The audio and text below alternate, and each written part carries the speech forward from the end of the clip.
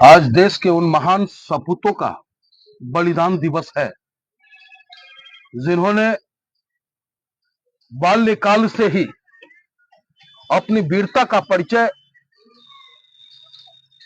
उन अंग्रेज जुल्मी को देने का काम किया जिसने दिन और रात मां भारती के सपूतों को तंग करने का काम किया।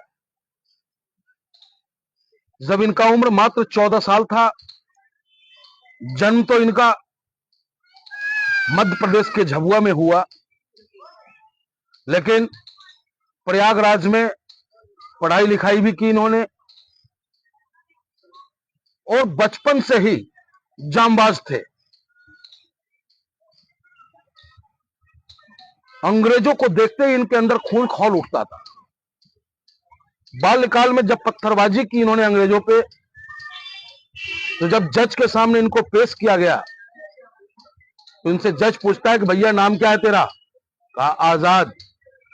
बाप का नाम क्या है? स्वाधीनता, स्वतंत्रता। तो ये वो शख्स थे जिन्होंने कहा कि आजाद हूं, आजाद रहूंगा और आजाद ही मरूंगा। और आज के दिन ही 27 फरवरी 1931 को इलाहाबाद के अल्फ्रेड, जो आज के प्रयागराज हैं, अल्फ्रेड पार्क में राजगुरु और सुखदेव जी के साथ, जो महान क्रांतिकारी रहे, इनकी मीटिंग थी। शहीद आजम भगत सिंह जी इनके नेतृत्व में संघर्ष किया।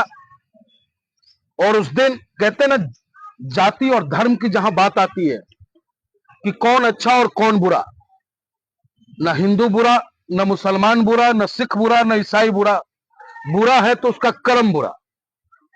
शहीद शहीद पंडित चंद्रशेखर आजाद जी की मुखबरी किसने की पता है आपको? मुखबरी करने वाला भी कोई और नहीं था, वो भी एक ब्राह्मण ही था। और इस देश के लिए शहीद होने वाला भी कोई और नहीं, वो एक वीर बेटा चंद्रशेखर आजाद ही थे।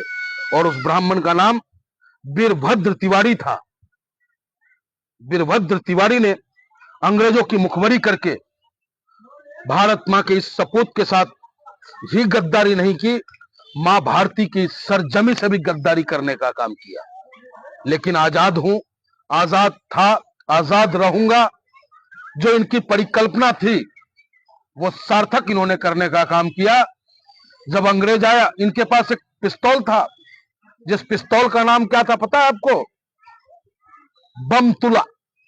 क्योंकि उस पिस्तौल में 8 मैगजीन लगता था, लेकिन जब पिस्तौल चलता था तो उससे धुआं नहीं निकलता था। अंग्रेज भी चकमा खाते थे उस पिस्तौल से। और जब तक इनके पास मैगजीन में बारूद रहा, अंग्रेजों से लोहा लेते रहे। अंत समय में जब इन पे एक गोली बचता है तो वहां भी कहते हैं कि मैं आजाद था, आजाद हूं, आजाद रहूंगा और मुझे जिंदा अंग्रेज गिरफ्तार नहीं कर सकता। अंत में उन्होंने अपनी खुद की गोली से शहादत दी।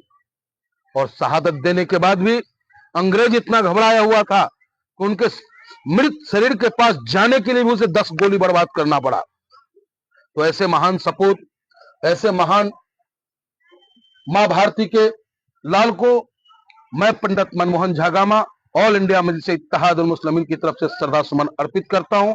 और बस इतना ही कहना चाहता हूं कि मेरे भाई, हमारे क्रांतिकारियों ने इस देश की आजादी के लिए प्राणों की आहुति दी है और ये सोच के साथ दी है कि इस देश में रहने वाला हर कोई खुशहाल हो, हर किसी के चेहरे पे मुस्कान हो, कोई किसी से जाति और धर्म के नाम पर न लड़े, एक दूसरे की मदद करे।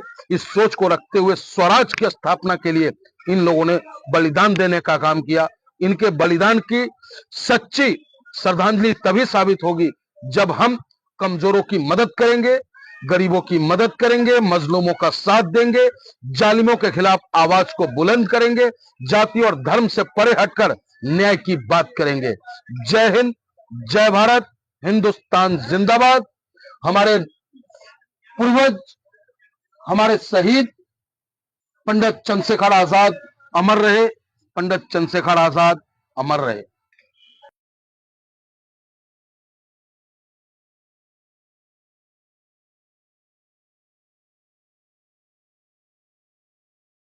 शेर आ रहे हैं।